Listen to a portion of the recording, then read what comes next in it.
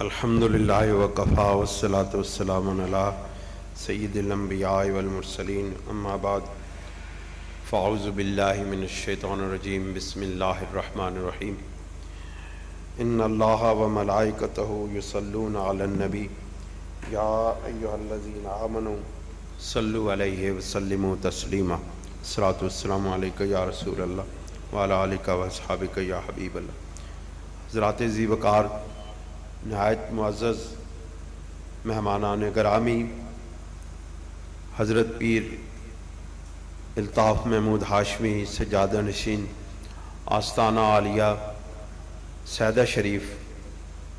جانشین حضرت خواجہ خواجگان حضرت محبوب عالم رحمۃ اللہ علیہ اور حضرت خواجہ خواجگان حضرت محمد صدیق صاحب رحمۃ اللہ علیہ، جناب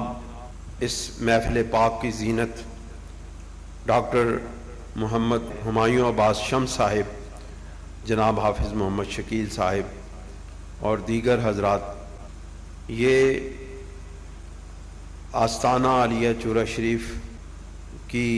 طرف سے بارگاہ امام ربانی حضرت مجدد الف ثانی کی بارگاہ میں ہدیہ عقیدت ہے، اور اللہ تعالیٰ کا فضل یہ ہے کہ ہم نے عرس مبارک کی محفل کا رنگ بدلا ہے اور اس کو ایک علمی اور فکری نشست کی صورت دینے کی کوشش کی ہے۔ یہ نظام خانقاہی میں ایک بڑی کمزور سی آواز ہے، کیونکہ موجودہ دور میں ہمارے پیران اعظام علم و فکر کے فروغ کے لیے کم سوچتے ہیں اور اپنے آستانوں کے فروغ کے لیے زیادہ سوچتے ہیں۔ حضرات گرامی، حضرت امام ربانی رضی اللہ تعالیٰ عنہ اور مکتوبات شریف، ان دونوں کو آپس میں جدا نہیں کیا جا سکتا۔ حضرت امام ربانی کا جب نام آتا ہے تو اسی وقت مکتوبات شریف ذہن میں آتے ہیں، اور جب مکتوبات شریف کسی کے ذہن میں آتے ہیں تو براہ راست حضرت امام ربانی کا نام ذہن میں آ جاتا ہے۔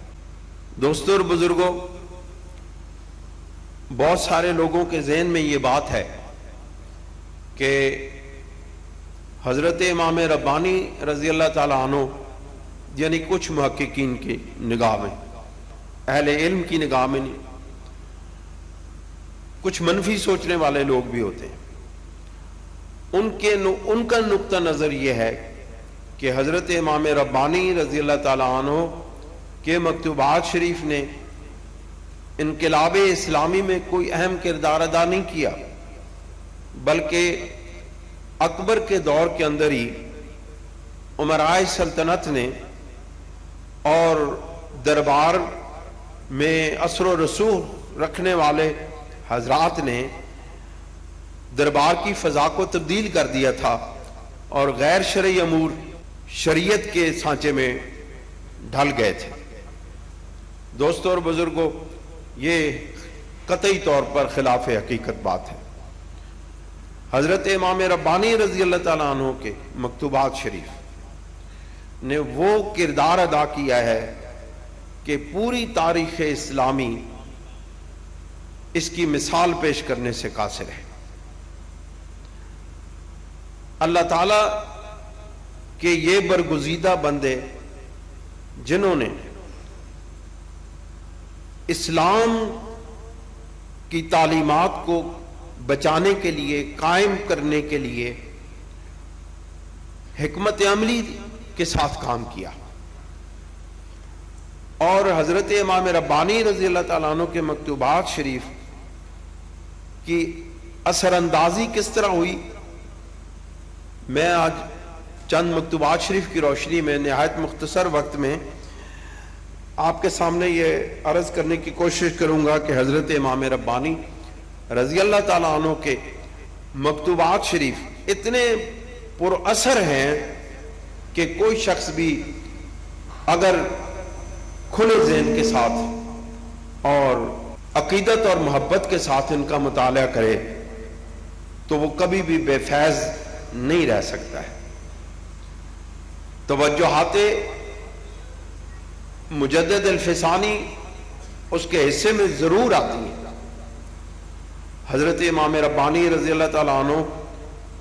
نے جو مکتوبات شریف کا سلسلہ شروع کیا تو یہ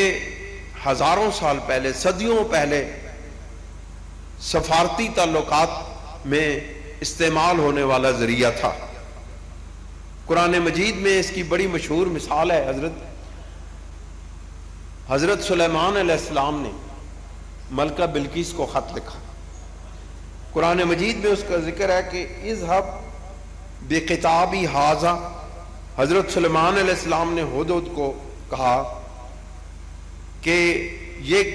میرا خط لے جا، فَأَلْقِ إِلَيْهِمْ، پھر تم یہ خط اس کے سامنے ڈال دینا، ثُمَّ تَوَلَّ عَنْهُمْ، پھر ایک طرف کھڑے ہو کے حالات کا جائزہ لینا، حالات کا جائزہ لینا، فَانْظُرْ مَا يَرْجِعُونَ، پھر یہ دیکھنا کہ ان کے رویے کیا ہے، ان کا طریقہ کار کیا ہے، وہ کس طرح جواب دیتے ہیں۔ ملکہ بلقیس پر اس ایک جملے نے، جس وقت وہ خط ملکہ بلقیس کے سامنے ڈالا گیا تو اس خط کے ڈالنے کے ساتھ ہی اس پر ایک ہیبت طاری ہو گئی، اس کی کیفیت بدل گئی۔ حالانکہ وہ ملکہ تھی، ایک بڑی بادشاہت کی مالک تھی، یہ دربار کے روزانے کے معمولات میں سے تھا، سفارتیں بھیجی بھی جاتی تھیں، سفارتیں دوسرے ملکوں کی آتی بھی تھیں، لیکن آج معاملہ کچھ اور تھا۔ آج سفارت ایک نئے طرز کے ساتھ آئی تھی۔ آج سفارتی نمائندے اپنے ساتھ تحائف لے کر نہیں آئے تھے، مرصع تلواریں لے کر نہیں آئے تھے، اپنے ساتھ لونڈیاں اور غلام لے کر نہیں آئے تھے۔ آج ایک پرندے نے آ کے ملکہ کے سامنے خط ڈالا اور اس خط نے ملکہ پر اتنا زبردست اثر کیا کہ ملکہ گھبرا گئی، اور اس نے کیا کیا؟ تفسیر ابن کثیر میں ہے کہ فجمعت عند ذالک امراءها ووزراءها وكبراء دولتها ومملكتها ثم قالت لهم يا ايها الملأ اني القي الي كتاب كريم تعني بكرمه ما رات من عجيب امره کون طائر عطا به فالقاه اليها۔ اس کا خلاصہ یہ ہے کہ ملکہ بلقیس نے اپنے درباریوں کو جمع کیا اور اس نے کہا کہ آج ایک عجیب واقعہ ہوا ہے۔ آج ایک پرندہ آیا اور اس نے میرے سامنے یہ خط ڈالا ہے، اور اس خط کی عبارت نے بہت سخت متاثر کیا ہے، اور اس خط میں یہ لکھا تھا ثم قرأته عليهم انه من سليمان وانه بسم الله الرحمن الرحیم اللہ تعالی علی واتونی مسلمین فعرفوا انه من نبی اللہ سلیمان علیہ السلام۔ آپ خط کے مندرجات کا اندازہ لگائیں، یہ تفسیر میں یہ عبارت موجود ہے کہ اس نے جس وقت ان درباریوں کو اکٹھا کیا اور ان سے کے سامنے حضرت سلیمان علیہ السلام کی پرتاثیر خط کی عبارت پڑھی تو یہ اس عبارت میں کوئی دھمکی نہ تھی، سلطنت کو الٹ دینے کی بات نہ تھی، فوجوں کی چڑھائی کی بات بھی نہ تھی، صرف دعوت تھی، دعوت اللہ تھی، دعوت الاسلام تھی۔ اس دعوت نے ملکہ کے ذہن پر، دماغ پر اس طرح اثر کیا کہ اس نے سارے درباریوں کو بلا کے جب ان کے سامنے یہ خط پڑھا تو ان پر بھی یہ اثر کیے بغیر نہ رہ سکا۔ انہوں نے کیا کہا؟ انہوں نے کہا کہ جب اس نے فتویٰ پوچھا کہ ہمیں کیا کرنا چاہیے تو اس نے کہا انہوں نے کہا قالوا نحن اولو قوت و اولو باس شدید، انہوں نے کہا کہ ہم تو بڑی قوت والے بھی ہیں اور بڑی طاقت رکھتے ہیں، والامر الیک فانظری ماذا تأمرین، لیکن اندر سے ان کے دل بھی دہل گئے تھے، ਅੰਦਰੋਂ ਜਿਸ ਵਕਤ ਡਰ ਹੋ ਜਾਏ ਨਾ ਜੀ ਬੰਦੇ ਨੂੰ, ਉਹ ਫਿਰ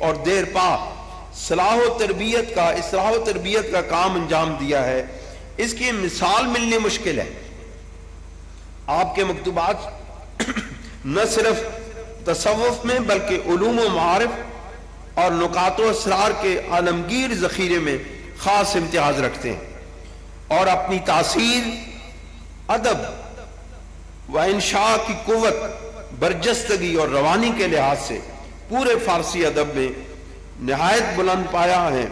ان مکتوبات نے حضرت مجدد الفسانی قدس سرہ کے زمانے میں بھی اصلاح و تربیت کی بہت بڑی خدمت سر انجام دی، اور ان خوش قسمت افراد کے علاوہ جن کے نام اصالتاً یہ خطوط لکھے گئے تھے، ہزاروں اشخاص نے ان سے اس طرح فیض حاصل کیا جیسا شیخ کامل کے انفاس طیبات اور توجہات سے فیض حاصل کیا جاتا ہے۔ سید زوار حسین شاہ صاحب کی یہ بات بالکل حق ہے کہ حضرت امام ربانی مجدد الفسانی کے مکتوبات شریف کی تاثیر بے مثال ہے، کیونکہ کئی صدیاں گزرنے کے باوجود ان کے اثرات میں کوئی کمی نہیں آئی ہے، بلکہ وقت گزرنے کے ساتھ ساتھ ان کے اثرات میں اضافہ ہوتا جا رہا ہے، اور آنے والے زمانے میں تو ان کی شدید ضرورت محسوس کی جا رہی ہے۔ جس طرح موجودہ دور میں اعمال کی پستیاں اور خرابیاں عروج پر ہیں، اسی طرح عقائد کا انحطاط روز بروز بڑھتا جا رہا ہے۔ عوام کے ساتھ ساتھ علماء اور دنیاوی تعلیم یافتہ طبقہ بھی شیعہ اور روافض کے عقائد بڑی تیزی کے ساتھ قبول کر رہے ہیں، جس کی وجہ سے اہل سنت و جماعت کو سخت نقصان ہو رہا ہے، اور مستقبل میں اس میں اضافہ کا سخت خدشہ ہے۔ چونکہ مکتوبات امام ربانی میں روحانی تاثیر کے ساتھ ساتھ عقلی اور نقلی دلائل اور براہین بھی پوری آب و تاب کے ساتھ سموئے ہوئے ہیں، اس لیے یہ انسانی عقل و شعور کو متاثر کیے بغیر نہیں رہتے۔ اس لیے ضرورت اس بات کی ہے کہ نقشبندی و مجددی حضرات، میرے یہ اس کانفرنس کے حوالے سے یہ میرا پیغام ہے تمام نقشبندی مجددی آستانوں کو، دس بستہ عرض ہے، میں یہ عرض گزار ہوں کہ ضرورت اس بات کی ہے کہ نقشبندی و مجددی حضرات محسن ملت و ولی آقا نعمت کے ان جواہرات علم و معرفت کی قدر کریں، اور طریقت و تصوف کے نام پر نظر و نیاز سے حاصل کی ہوئی بے حد و حساب دولت کو اپنی آسائش و تعیشات پر خرچ کرنے کے ساتھ ساتھ چند روپے مکتوبات شریف کی ترویج و اشاعت پر خرچ کریں، تاکہ امت مسلمہ بالعموم اور اہل سنت و جماعت بالخصوص گمراہی کے اندھیروں میں بھٹکنے سے بچ سکیں۔ حضرت امام ربانی مجدد الفسانی کی آفاقی و جاری روحانیت سے اپنے قلوب کو منور کر سکیں۔ حضرات گرامی، میں آپ کے سامنے حضرت امام ربانی رضی اللہ تعالیٰ عنہ کے مکتوبات شریف کے صرف 2 ایسے پیش کرتا ہوں، اس میں سے چند اقتباسات، تاکہ آپ کو معلوم ہو جائے کہ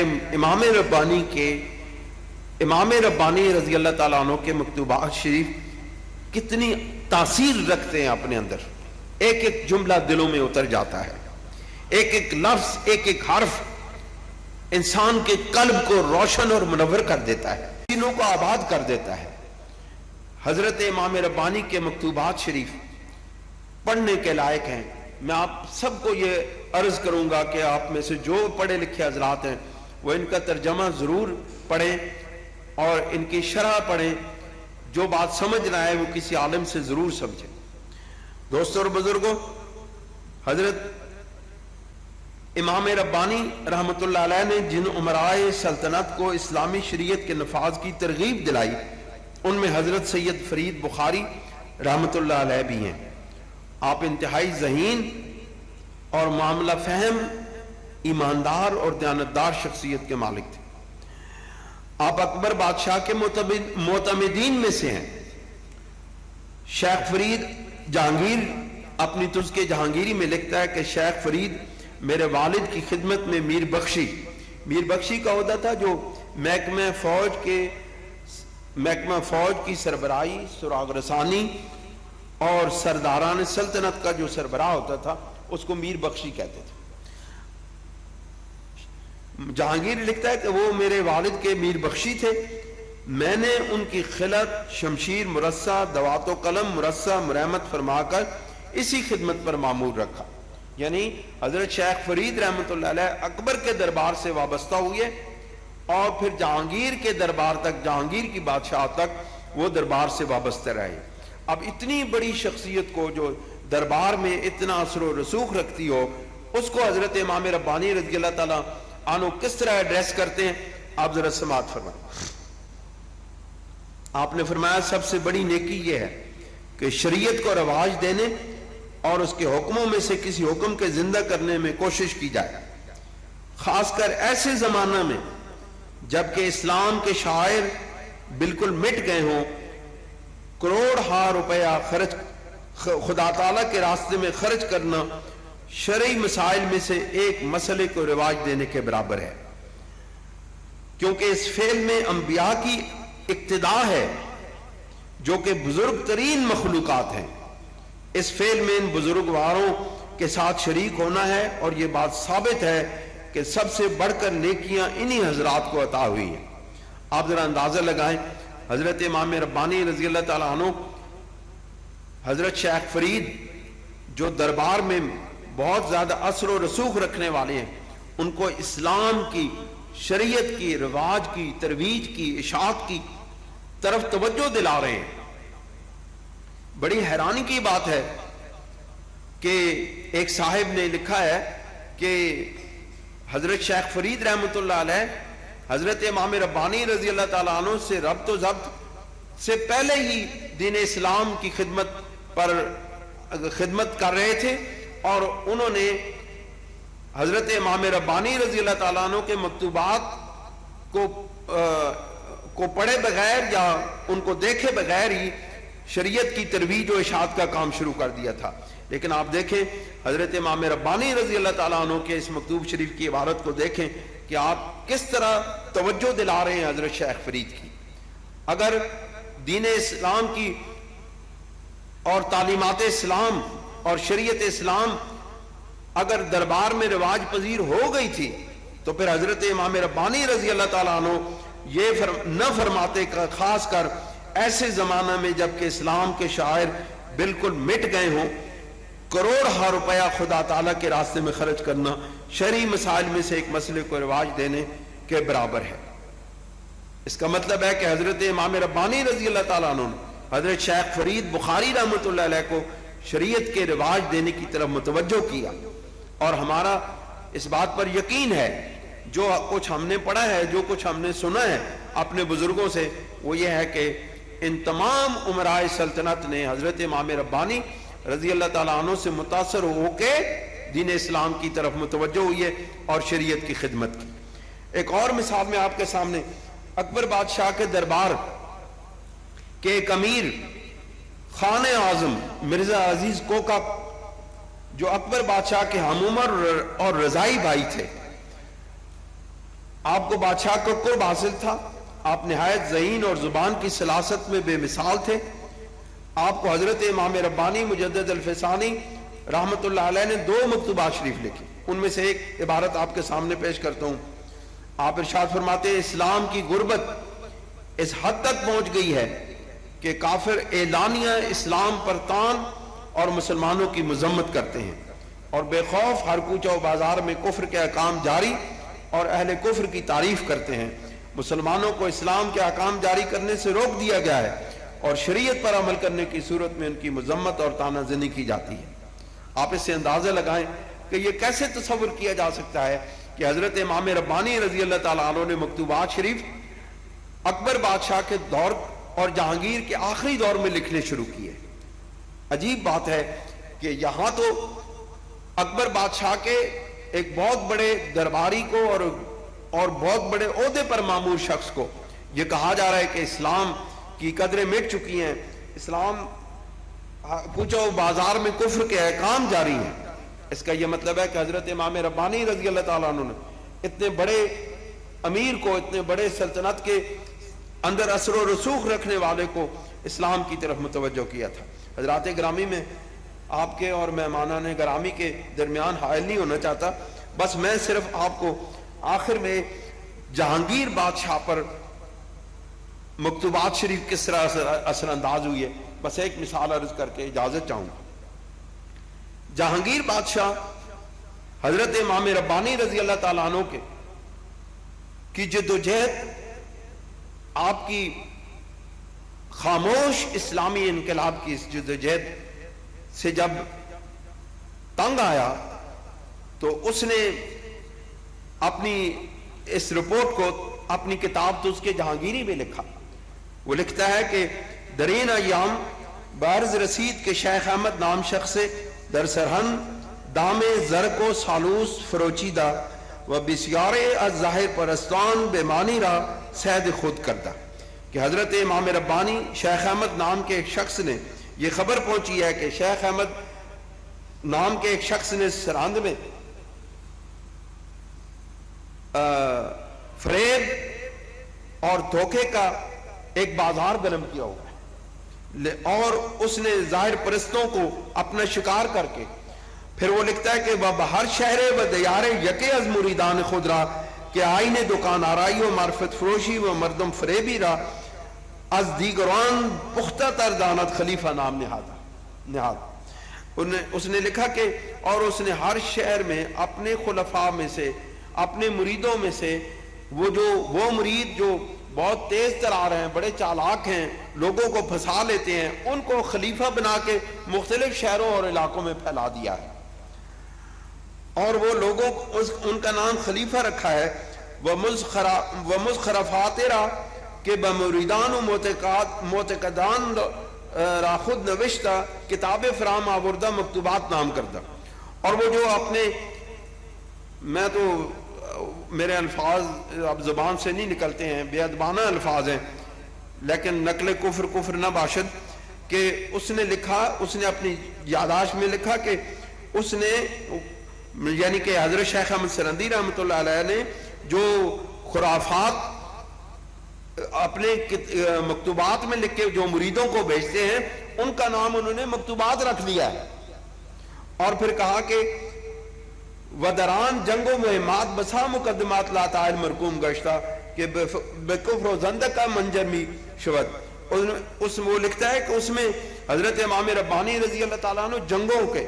اور مہمات کے اوپر ترغیب دینے والے حالات لکھتے ہیں اور مقدمات لکھتے ہیں، اور فضول گفتگو اس میں لکھ کے اپنے مریدوں کو بھیجتے ہیں جو کفر و زندقہ کی، بے دینی اور لادینی کی طرف لے جانے والی ہیں۔ حضرات گرامی، اگرچہ جہانگیر کے الفاظ نہایت بے ادبانہ اور گستاخانہ ہیں جن کو یہاں دل پر پتھر رکھ کر لکھا گیا ہے، لیکن پھر بھی اس کے ایک ایک لفظ سے حضرت امام ربانی رحمۃ اللہ علیہ بالخصوص مکتوبات شریف کا خوف ٹپکتا ہوا محسوس ہوتا ہے۔ ان الفاظ سے یہ بھی ظاہر ہوتا ہے کہ مکتوبات شریف امراء و وزراء اور عوام الناس کے دلوں پر اثر انداز ہو رہے تھے، اور ایک خاموش انقلاب کی باز گشت سنائی دے رہی تھی۔ جہانگیر کی خود نوشت کی آخری لائن میں آپ کے سامنے پڑھ کے اجازت چاہوں گا۔ انہیں لکھا ہے کہ صلاح آل او رام منحصر درین دیدم کے روزے چند در زندان ادب محبوس باشد۔ انہوں نے کہا کہ یہ جو صورتحال پیدا ہوئی ہے، اس میں ہم نے اصلاح کی صورتحال یہ دیکھی ہے کہ ان کو چند ایام کے لیے قید کر دیا جائے، شیخ احمد سرندی رحمۃ اللہ علیہ قید کر دیا جائے، تا شوریدگی مزاج و شفتگی دماغش قدر تسکین پذیرت، تاکہ ان کی مزاج کی سختی اور دماغ کی پراگندگی کو تھوڑا سا سکون مل جائے۔ یہ جہانگیر لکھتا ہے، لیکن خوف،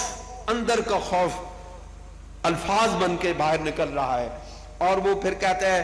وہ شورش عوام نیز فرونشینت، تاکہ عوام کے اندر جو یہ شورش پیدا ہوئی ہے، ایک بغاوت کی سی کیفیت پیدا ہوئی ہے، یہ بھی دب جائے۔ اس کا مطلب ہے کہ حضرت امام، وہ خود جہانگیر اس بات کو تسلیم کر رہا ہے کہ حضرت امام ربانی رضی اللہ تعالیٰ عنہ کے مکتوبات شریف نے عوام و خواص کے اندر، امراء سلطنت کے اندر، علماء کے اندر، صوفیاء کے اندر ایک ایسی تاثیر پیدا کر دی تھی کہ جس نے عوام کے اندر ایک بے چینی پیدا کر دی۔ اس کے الفاظ اس بات کی غمازی کرتے ہیں کہ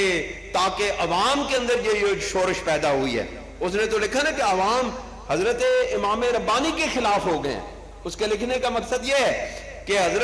لوگ حضرت امام ربانی کے خلاف ہو گئے ہیں، لیکن حقیقت یہ تھی کہ لوگ حضرت امام ربانی کے خلاف نہیں ہوئے تھے، لوگ جہانگیر کے خلاف ہو گئے تھے. تو میرے مجدد پاک کی مکتوبات شریف کی یہ تاثیر ہے کہ ان مکتوبات شریف نے اپنے غیروں کو بھی متاثر کیے بغیر نہیں چھوڑا. اللہ تعالی ہمیں حضرت امام ربانی رضی اللہ تعالیٰ عنہ کے مکتوبات شریف کا فیض حاصل کرنے کی توفیق عطا فرمائے اور ان کے فیوزات اور برکات سے اپنے قلوب کو منور کرنے کی توفیق عطا فرمائے. وآخر دعوانا الحمدللہ رب العالمین.